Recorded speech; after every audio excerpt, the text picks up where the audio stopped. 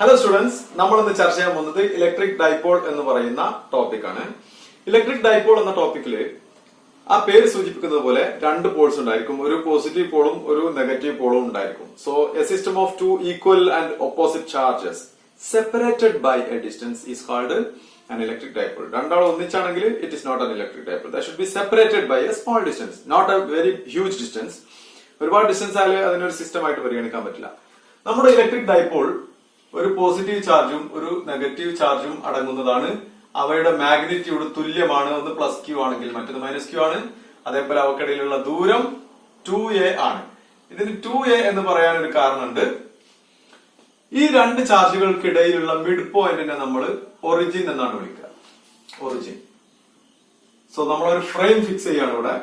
First you have A origin, and this origin is at the midpoint between the two charges, and this distance is a, this distance is a, and this distance is a.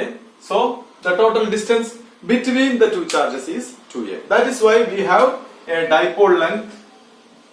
Dipole length is 2a. Dipole length 2a ആണ്. Then രണ്ടാമത്തെ കാര്യമാണ് ഡൈപോളിന്റെ axis. Axis. A dipole has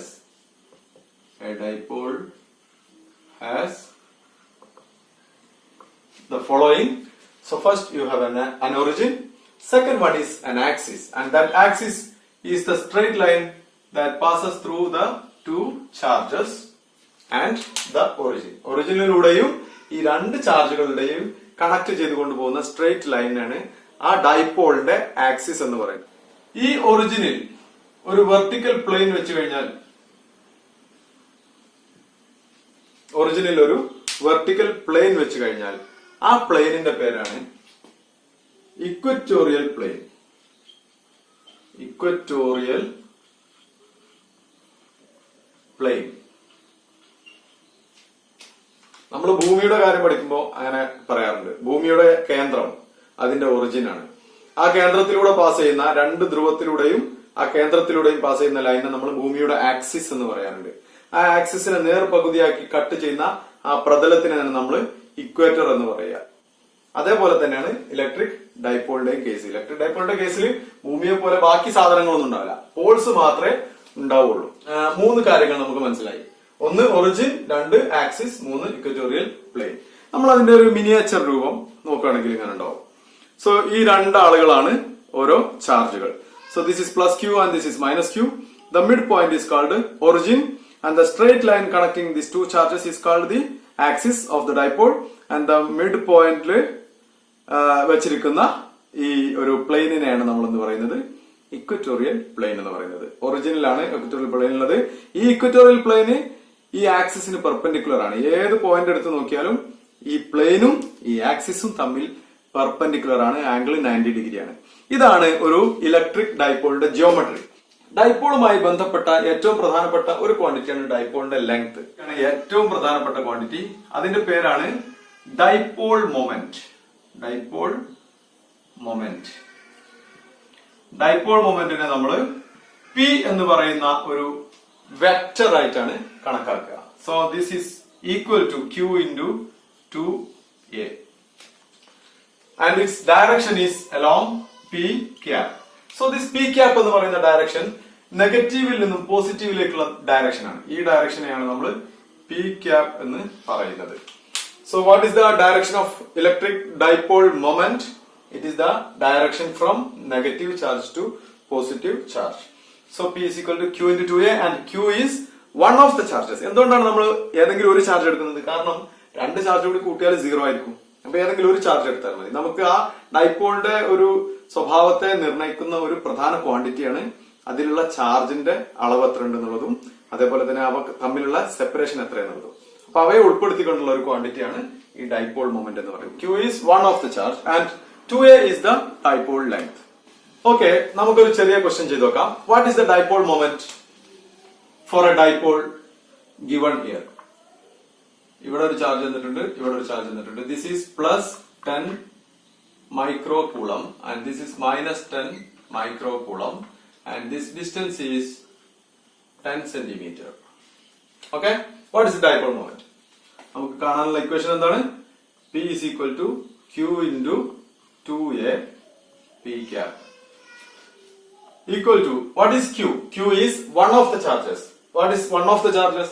Plus 10 microcoulomb or minus 10 microcoulomb. നമ്മൾ positive value ആണ് എടുക്കുക. So plus 10 microcoulomb. 10 into 10 raised to minus 6 coulomb into, what is 2A? 2A is the length of the dipole or dipole length. Dipole length എത്രയാണ്? 10 centimeter ആണ്. ഇത് A അല്ല, മറിച്ച് this is 2A. 10 centimeter is 2A. So 2A is 10 centimeter. 10 into 10 raised to minus 2 meter. So SI യൂണിറ്റിലാണ് രണ്ടും നമ്മൾ എഴുതിയിട്ടുള്ളത്. This will be equal to this is 10 raised to minus 6 minus 5 into this is 10 raised to minus 1 equal to 10 raised to minus 6. What is the unit? What is the SI unit? ഇതിന്റെ SI unit നമുക്കറിയാം coulomb ആണ്. ഇതിന്റെ SI unit നമുക്കറിയാം metre ആണ്. So 10 raised to minus 6 coulomb മീറ്ററിന് small C എഴുതിയാൽ മതിയോ? പോരാ. സ്മോൾ സി എഴുതിയാൽ സെന്റിമീറ്റർ ആണെന്ന് കരുതും. So capital C into M. Capital C into small m ആണ് കൂളം മീറ്റർ എന്ന് പറയുന്നത്. So this is the dipole moment and its direction is along the direction of the dipole. What is the direction of P? P cap direction എന്ന് പറയുന്നത് നെഗറ്റീവിൽ നിന്നും പോസിറ്റീവിലേക്കുള്ള ഡയറക്ഷനെയാണ് നമ്മൾ P ക്യാപ്പിന്റെ direction ആയിട്ട് എടുക്കുന്നത്. ഡൈപോളിന്റെ ഇലക്ട്രിക് ഫീൽഡ് ഇന്റൻസിറ്റി നമ്മൾ കാണുമ്പോൾ രണ്ട് പോയിന്റുകളാണ് പ്രധാനമായിട്ടുള്ളത്. ഒന്ന് ഡൈപോളിന്റെ ആക്സിസിലുള്ള പോയിന്റ്, രണ്ടാമത്തത് ഡൈപോളിന്റെ ഇക്വറ്റോറിയൽ പ്ലെയിനിലുള്ള പോയിന്റ്. ഈ രണ്ട് പോയിന്റുകളിലെയും ഇലക്ട്രിക് ഫീൽഡ് ഇന്റൻസിറ്റിക്ക് നമ്മൾ ഓരോ എക്സ്പ്രഷൻസ് കണ്ടുപിടിക്കും. What is the electric field intensity at an axial point? ആദ്യം നമുക്ക് ഇത് നോക്കാം. സോ നമുക്കൊരു പ്ലസ് ക്യൂ, ഒരു minus Q and separated by a distance 2A. ആ ഡൈപോളിന്റെ ആക്സിസ് ഡൈപോളിലൂടെ പാസ് ചെയ്യുന്ന ആക്സിസ് ആണ്. ഇതാണ് ഒറിജിൻ. ആക്സിസിൽ P എന്ന് പറയുന്ന ഒരു പോയിന്റിലുള്ള ഇലക്ട്രിക് ഫീൽഡ് ഇന്റൻസിറ്റി എത്ര? ഇതാണ് നമ്മൾ കണ്ടുപിടിക്കാൻ പോകുന്നത്. സോ ഇവിടെയുള്ള ഇലക്ട്രിക് ഫീൽഡ് ഇന്റൻസിറ്റി കണ്ടുപിടിക്കാൻ എന്ത് ചെയ്താൽ മതി? ഈ പ്ലസ് ക്യൂ മൂലം ഇവിടെയുള്ള ഫീൽഡ് എത്രയാണ്, മൈനസ് ക്യൂ മൂലം ഇവിടെയുള്ള ഫീൽഡ് എത്രയാണ്, ഇത് രണ്ടും കണ്ടിട്ട് ആഡ് ചെയ്താൽ മതി. Okay, so what is the electric field intensity due to plus Q charge? ഇവിടെ പ്ലസ് ക്യൂ സബ്സ്ക്രിപ്റ്റ് ആയിട്ടാണ് ഇട്ടിരിക്കുന്നത്. ഇതിന്റെ അർത്ഥം electric field intensity due to plus Q. So നമുക്ക് ഇക്വേഷൻ അറിയാം, 1/4πε0 Q by R square. ഇവിടെ ഈ ഡിസ്റ്റൻസ് ആണ് ഏറ്റവും പ്രധാനപ്പെട്ട സംഗതി. നമ്മൾ R എന്ന് പറയുന്ന ഡിസ്റ്റൻസ് എപ്പോഴും പറയുന്നത് ഒറിജിനിൽ നിന്നാണ്. എല്ലാ ഡിസ്റ്റൻസും നമ്മൾ ഒറിജിനിൽ നിന്നാണ് അളക്കുന്നത്. എന്നാൽ ഒറിജിനിൽ അല്ല ചാർജ് ഉള്ളത്. ചാർജ് ഉള്ളത് എവിടെയാണ്? ഒറിജിനിൽ നിന്നും A ഡിസ്റ്റൻസിലാണ്. പക്ഷെ ഇലക്ട്രിക് ഫീൽഡ് ഇന്റൻസിറ്റിയുടെ എക്സ്പ്രഷനിൽ വേണ്ട ഡിസ്റ്റൻസ് ഏതാണ്? R ആണോ? അല്ല, മറിച്ച് ചാർജിൽ നിന്നും പോയിന്റിലേക്കുള്ള ദൂരമാണ്. അതെത്രയാ?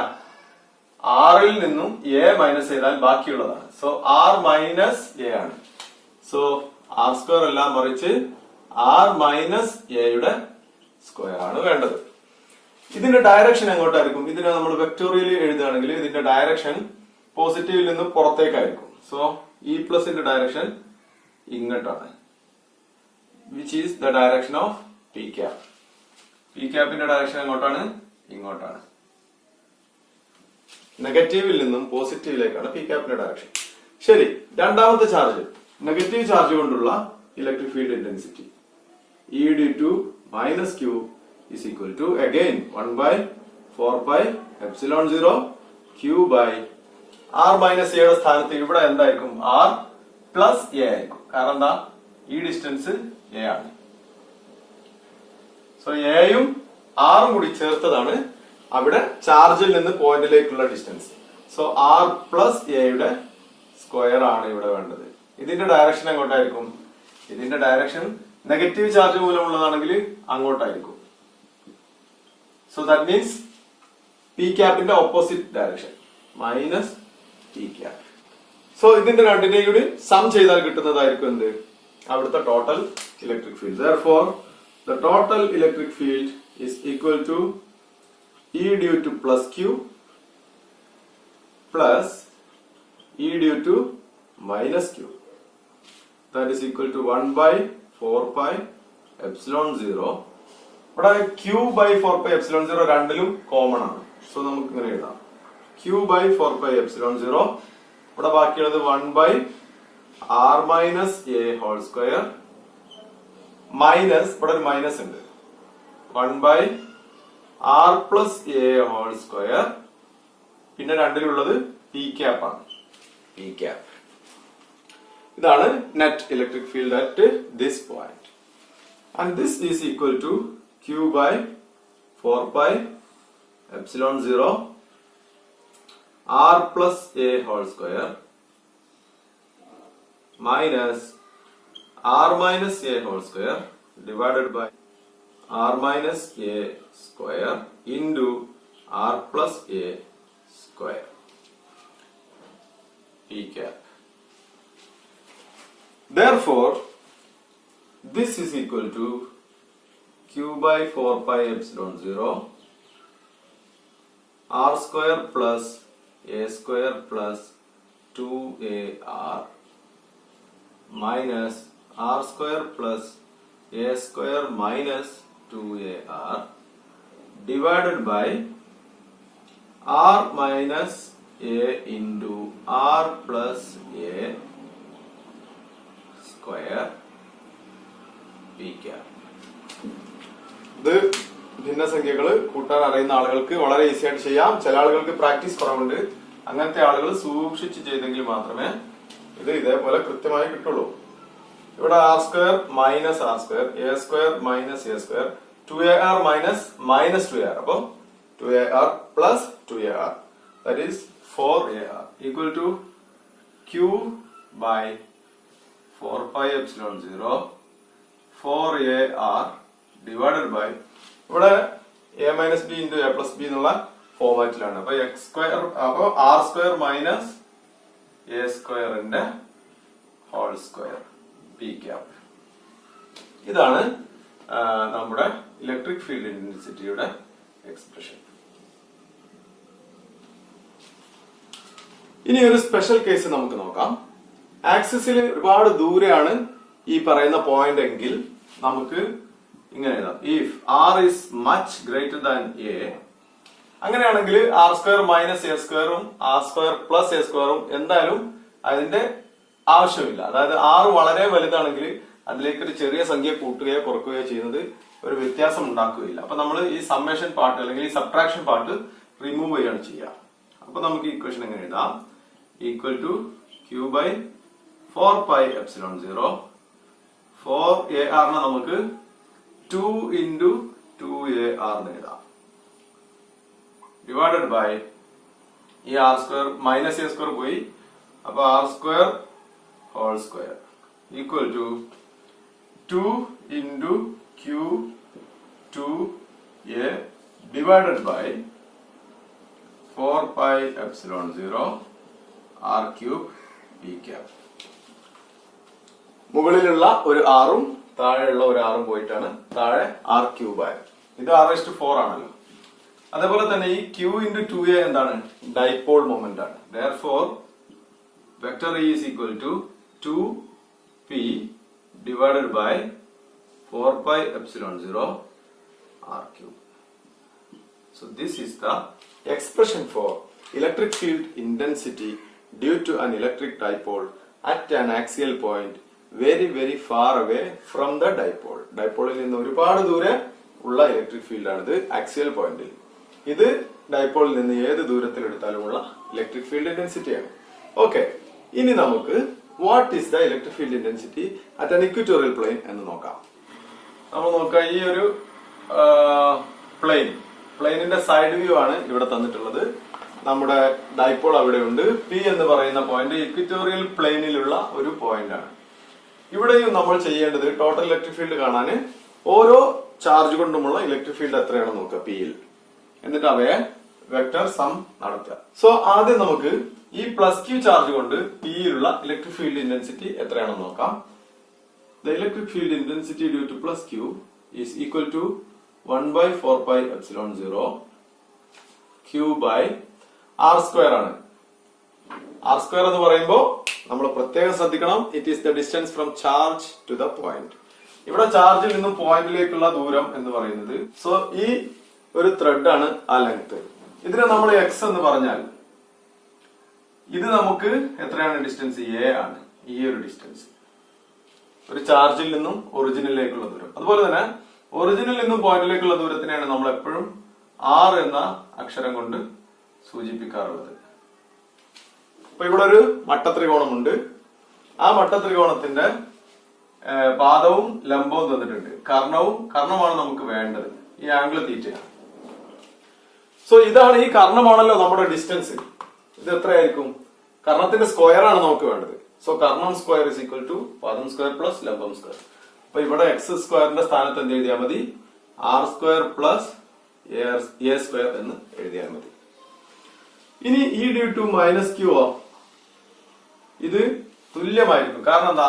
ഇതൊരു ഒരു സമപാർശ്വ ത്രികോണമാണ്, അല്ലെങ്കിൽ ഒരേ വശമുള്ള ത്രികോണമാണ്. ഇതിന്റെ ആംഗിളും തീറ്റയാണ്. സോ അവിടെയും എക്സ് എന്തായിരിക്കും? R square plus A square ആയിരിക്കും. therefore 1/4πε0 Q by R square plus A square. രണ്ടിന്റെയും മാഗ്നിറ്റ്യൂഡ് സെയിം ആണ്. എന്നാൽ ഡയറക്ഷന്റെ കാര്യം പറയുമ്പോൾ മാറ്റമുണ്ട്. ഇവിടെ പോസിറ്റീവ് ചാർജ് കൊണ്ടുള്ള ഫീൽഡ് ആണെങ്കിൽ അങ്ങോട്ടായിരിക്കും, ഇവിടെ ആണെങ്കിലോ നെഗറ്റീവ് ചാർജ്, അപ്പൊ നെഗറ്റീവ് ചാർജിന്റെ ഭാഗത്തേക്കായിരിക്കും.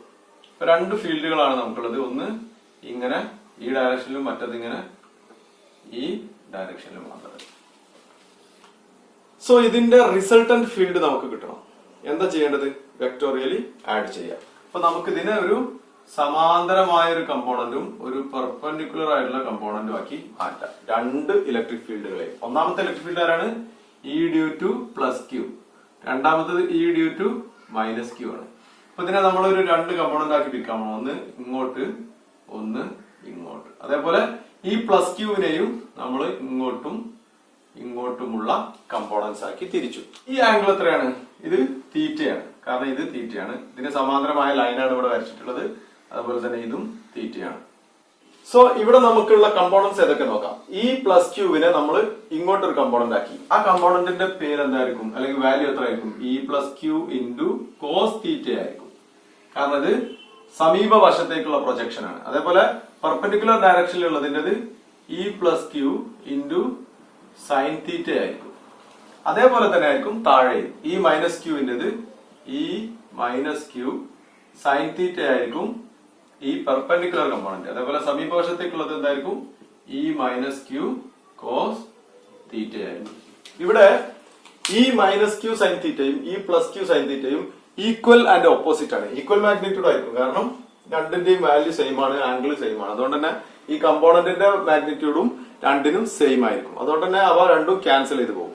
ഇപ്പുറത്തേക്കുള്ളത് രണ്ടാളും ഒരേ ഡയറക്ഷനിലേക്കാണ്, സെയിം മാഗ്നിറ്റ്യൂഡ് ആണ്, ഒരേ ഡയറക്ഷനിലേക്കാണ്. അപ്പൊ നമുക്ക് ടോട്ടൽ ഫീൽഡ് എന്ന് പറയുന്നത് ഇതിന്റെ രണ്ടിന്റെയും സം ആയിരിക്കും. അപ്പൊ ഈ പി എന്ന് പറയുന്ന പോയിന്റിലുള്ള ടോട്ടൽ ഇലക്ട്രിക് ഫീൽഡ് ഇന്റൻസിറ്റി എന്ന് പറയുന്നത് ഈ രണ്ട് സംഗതികളുടെ സം ആയിരിക്കും. The total field is equal to E plus Q cos theta plus E minus Q cos തീറ്റ.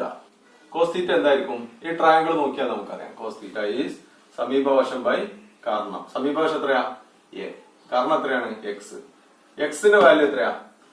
ഇതിന്റെയും സ്ക്വയറിന്റെ റൂട്ട് എടുത്താണ്. Root of R square plus A square. A by R square plus A square raise to 1/2. റൂട്ടിനെ നമ്മൾ power 1/2 എന്നാണ് എഴുതാം. Therefore this is equal to 1/4πε0 Q by R square plus A square cos theta. Cos theta ന്റെ സ്ഥാനത്ത് A by R square plus A square raised to 1/2 plus എന്താണ്? ഈ minus Q cos theta. Minus Q എന്താണ്? Same സാധനം തന്നെയാണ്. 1/4πε0 Q by R square plus A square A by r square plus a square raised to 1/2. Therefore, നമുക്ക് ഇങ്ങനെ എഴുതാം q into 2a divided by 4 pi epsilon 0 r square plus a square. ഇത് r square plus a square raised to 1 ആണ്. ഇവിടെ raised to 1/2 ആണ്. രണ്ടിന്റെയും product എന്തായിരിക്കും? അപ്പോ 3/2 ആയിരിക്കും. 1 plus half ആയിരിക്കും. അതേപോലെ നമുക്ക് q into 2a എന്താണെന്ന് അറിയാം. ഡൈപോൾ മൊമെന്റ് ആണ്. Therefore, the electric field intensity equal to p by 4 pi epsilon 0 r square plus a square 3/2. വെക്ടോറിയലി എഴുതുകയാണെങ്കിൽ നമുക്ക് വെക്ടർ ഇ എന്ന് എഴുതാം. ഡയറക്ഷൻ എങ്ങോട്ടായിരിക്കും? ആ ഓപ്പോസിറ്റ് ഡയറക്ഷനിലായിരിക്കും. ഇതാണ് പി യുടെ ഡയറക്ഷൻ, നമുക്ക് അങ്ങോട്ടാണ്. സോ മൈനസ് പി യുടെ ഡയറക്ഷനിലേക്കായിരിക്കും. പി ക്യാപ് ഒരു മൈനസ് സൈൻ. ഇതാണ് ഒരു electric field intensity due to an electric dipole in its equatorial plane. Equatorial പ്ലെയിനിൽ ഒരുപാട് ദൂരെയുള്ള ഒരു പോയിന്റിൽ എത്രയായിരിക്കും? അത് കാണാൻ എന്താ ചെയ്യേണ്ടത്? If r is much greater than a, then നമുക്ക് ഈ സമ്മേഷൻ ഇവിടെ ആവശ്യമില്ലാതെ വരും. Therefore, electric field intensity will be equal to minus vector p divided by 4 pi epsilon 0 r cube എന്ന് കിട്ടും. r cube ആവുന്നത് എങ്ങനെയാണ്? r square raised to 3/2. And this is the electric field intensity due to an electric dipole at a point far away in the equatorial plane. So equatorial പോയിന്റിലും axial പോയിന്റിലുമുള്ള expressions തമ്മിലുള്ള വ്യത്യാസം എന്താണെന്ന് നോക്കുക. Axial പോയിന്റിലാണ് ഏറ്റവും കൂടുതൽ ഉണ്ടാകുക. സെയിം ദൂരമാണെങ്കിൽ പോലും axial പോയിന്റിൽ നമുക്ക് ഈ ഇക്വറ്റോറിയൽ പോയിന്റിൽ കിട്ടുന്നതിന്റെ ഇരട്ടിയാണ് ഇലക്ട്രിക് ഫീൽഡ് ഇന്റൻസിറ്റി കിട്ടുക സെയിം ദൂരത്ത്. പല ഫിസിക്കൽ കോൺസെപ്റ്റ്സും കെമിക്കൽ കോൺസെപ്റ്റ്സും എക്സ്പ്ലെയിൻ ചെയ്യാൻ വേണ്ടി നമുക്ക് ഇലക്ട്രിക് ഡൈപോൾസിനെ ഉപയോഗപ്പെടുത്താം. അതാണ് ഈ ഇലക്ട്രിക് ഡൈപോളിന്റെ ഏറ്റവും വലിയ ഫിസിക്കൽ സിഗ്നിഫിക്കൻസ് എന്ന് പറയുന്നത്. അതിന്റെ ഒരു പ്രാധാന്യം അതാണ്. ഇപ്പൊ സർഫസ് ടെൻഷൻ, അതുപോലെ ബോയിലിംഗ് പോയിന്റ്, മെൽറ്റിംഗ് പോയിന്റ്, അതുപോലെ സോല്യൂബിലിറ്റി. ഒരു സോൾവെന്റില് പിന്നെ എന്തെങ്കിലും സാധനങ്ങൾ നമ്മൾ ലയിപ്പിക്കുകയാണെങ്കിൽ അത് ഡിസോൾവ് ചെയ്യാനുള്ള ഒരു കഴിവ്. ഇങ്ങനെയുള്ള പല സംഗതികളും ഡൈപോൾ മൊമെന്റുമായിട്ട് വലിയ ബന്ധമുണ്ട്. ഡൈപോൾ മൊമെന്റ് ഉള്ള മോളിക്യൂൾസും ഉണ്ട് പ്രകൃതിയിൽ, അത് ഇല്ലാത്ത മോളിക്യൂൾസ് ഉണ്ട്. ഡൈപോൾ മൊമെന്റ് ഉള്ള മോളിക്യൂൾസിനെ നമ്മൾ പോളാർ മോളിക്യൂൾസ് എന്നും ഡൈപോൾ മൊമെന്റ് ഇല്ലാത്തവയെ നോൺ പോളാർ മോളിക്യൂൾസ് എന്നും പറയും. സോ നോൺ പോളാർ മോളിക്യൂൾസിന് ഒരു ഡൈപോൾ മൊമെന്റ് ഉണ്ടാവുകയില്ല. പോളാർ മോളിക്യൂൾസിനാണെങ്കിലോ ഡൈപോൾ മൊമെന്റ് ഉണ്ടാവും. പോളാർ മോളിക്യൂൾസ് തന്നെ രണ്ട് തരമുണ്ട്. ഒന്ന് പെർമനന്റ് ഡൈപോൾ മൊമെന്റ് ഉള്ള പോളാർ മോളിക്യൂൾസ്, രണ്ടാമത്തത് ഇൻഡ്യൂസ്ഡ് ഡൈപോൾ മൊമെന്റ് ഉള്ള പോളാർ മോളിക്യൂൾസ്. ചില മോളിക്യൂൾസിന് പെർമനന്റ് ആയിട്ട് തന്നെ ഡൈപോൾ മൊമെന്റ് ഉണ്ട്. ഉദാഹരണത്തിന് വാട്ടറിന് പെർമനന്റ് ആയിട്ട് ഡൈപോൾ മൊമെന്റ് ഉണ്ട്. അതുകൊണ്ട് തന്നെ വാട്ടറിന് ഒരുപാട് പ്രത്യേകമായ പെക്യുലാരിറ്റീസ് ഉണ്ട്. അതുപോലെ ഇൻഡ്യൂസ്ഡ് ഡൈപോൾ മൊമെന്റ് ഉണ്ട്. ഒരു ഇലക്ട്രിക് ഫീൽഡിൽ വെച്ചാൽ മാത്രം ഡൈപോൾ മൊമെന്റ് ഉണ്ടാവുന്ന, അക്വയർ ചെയ്യപ്പെടുന്ന അല്ലെങ്കിൽ ഇൻഡ്യൂസ്ഡ് ഡൈപോൾ മൊമെന്റ് ഉള്ള മോളിക്യൂൾസ് ഉണ്ട്. ഇതൊന്നും അല്ലാത്ത നോൺ പോളാർ മോളിക്യൂൾസും ഉണ്ട്. പോളാർ മോളിക്യൂൾസിന്റെ ഒരു എക്സാമ്പിൾ ആണ് വാട്ടർ. നോൺ പോളാർ മോളിക്യൂൾസ് ആണ് കാർബൺ ഡൈ ഓക്സൈഡ്, മീഥേന്, ഇങ്ങനെയുള്ള മോളിക്യൂൾസ്. നമുക്കൊരു എക്സാമ്പിൾ നോക്കാം. ഹൈഡ്രജൻ ഫ്ലൂറൈഡ് എന്ന് പറയുന്ന ഒരു മോളിക്യൂൾ. ഇതില് ഫ്ലൂറിൻ എന്ന് പറയുന്ന ആറ്റം ഉണ്ട്, ഹൈഡ്രജൻ എന്ന് പറയുന്ന ആറ്റം ഉണ്ട്. ഫ്ലൂറിന് ഭയങ്കര ഇലക്ട്രോ നെഗറ്റിവിറ്റിയാണ്. കൂടുതൽ ഇലക്ട്രോ നെഗറ്റീവ് ആണ് ഒരു എലമെന്റ് എങ്കിൽ, ഇപ്പൊ ഫ്ലൂറിനൊക്കെ നല്ല ഇലക്ട്രോ നെഗറ്റീവ് ആയിട്ടുള്ള എലമെന്റ് ആണ്. അപ്പൊ അതിനെ സംബന്ധിച്ചിടത്തോളം ഒരു ഇലക്ട്രോണിനെ ഏറ്റവും നന്നായിട്ട് ആകർഷിക്കാനുള്ള കഴിവ് ഉണ്ടായിരിക്കും, നല്ല ഫോഴ്സ് ചെലുത്താനുള്ള കഴിവ് ഉണ്ടായിരിക്കും. അപ്പൊ ഇങ്ങനെയുള്ള ഫ്ലൂറിനുമായിട്ട് ഈ ഹൈഡ്രജൻ ഒരു ബോണ്ടിൽ ഏർപ്പെട്ട് ഹൈഡ്രജൻ ഫ്ലൂറൈഡ് ഉണ്ടായി കഴിഞ്ഞാൽ ഹൈഡ്രജനിലുള്ള ആ ഇലക്ട്രോണിനെ ഫ്ലൂറിൻ ഹൈഡ്രജനേക്കാളും നന്നായിട്ട് ആകർഷിക്കും. അപ്പൊ സ്വാഭാവികമായും ഈ ഫ്ലൂറിന്റെ മുകളിലേക്ക് കുറച്ചധികം നെഗറ്റീവ് ചാർജ് ഉണ്ടാവും. എന്ന് പറഞ്ഞാൽ ഈ ഇലക്ട്രോൺ കൂടുതൽ സമയം ഫ്ലൂറിന്റെ അടുത്ത് ചെലവഴിക്കും, കുറഞ്ഞ സമയം ഹൈഡ്രജന്റെ അടുത്ത് ചെലവഴിക്കുള്ളൂ. സോ ഫലത്തില് ഈ ഫ്ലൂറിന് ഒരു ചെറിയ നെഗറ്റീവ് ചാർജും ഈ ഹൈഡ്രജൻ ഒരു ചെറിയ പോസിറ്റീവ് ചാർജും ഉണ്ടായിരിക്കും. അപ്പൊ അതുകൊണ്ട് തന്നെ ഹൈഡ്രജൻ ഫ്ലൂറൈഡ് ഒരു ഡൈപോളിനെ പോലെ പെരുമാറും. ഇങ്ങനെയാണ് ഓരോ കേസിൽ. ഇപ്പൊ വാട്ടറിന്റെ കേസ് എടുക്കുകയാണെങ്കിൽ ഓക്സിജന് ഇലക്ട്രോ നെഗറ്റീവ് ആണ്. ഓക്സിജൻ ഉണ്ട്, ഹൈഡ്രജനും ഉണ്ട്, രണ്ട് ഹൈഡ്രജൻ ഉണ്ട്. ഈ ഓക്സിജൻ ഇലക്ട്രോൺസിനെ കൂടുതലായിട്ട് ആകർഷിക്കുകയും ഇതിനൊരു ചെറിയ നെഗറ്റീവ് ചാർജ് കിട്ടുകയും ചെയ്യും. അതേപോലെ ഹൈഡ്രജൻ ആണെങ്കിലോ കുറച്ച് പോസിറ്റീവ് ചാർജ് കിട്ടും.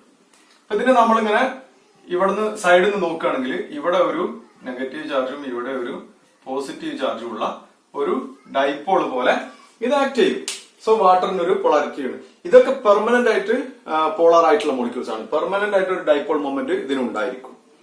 സോ ഇതാണ് ഈ ഡൈപോൾ മൊമെന്റിന്റെ ഒരു പ്രസക്തി എന്ന് പറയുന്നത്. ഇങ്ങനെ ഒരുപാട് ഉപയോഗങ്ങളുള്ള ഒരു കോൺസെപ്റ്റ് ആണ്.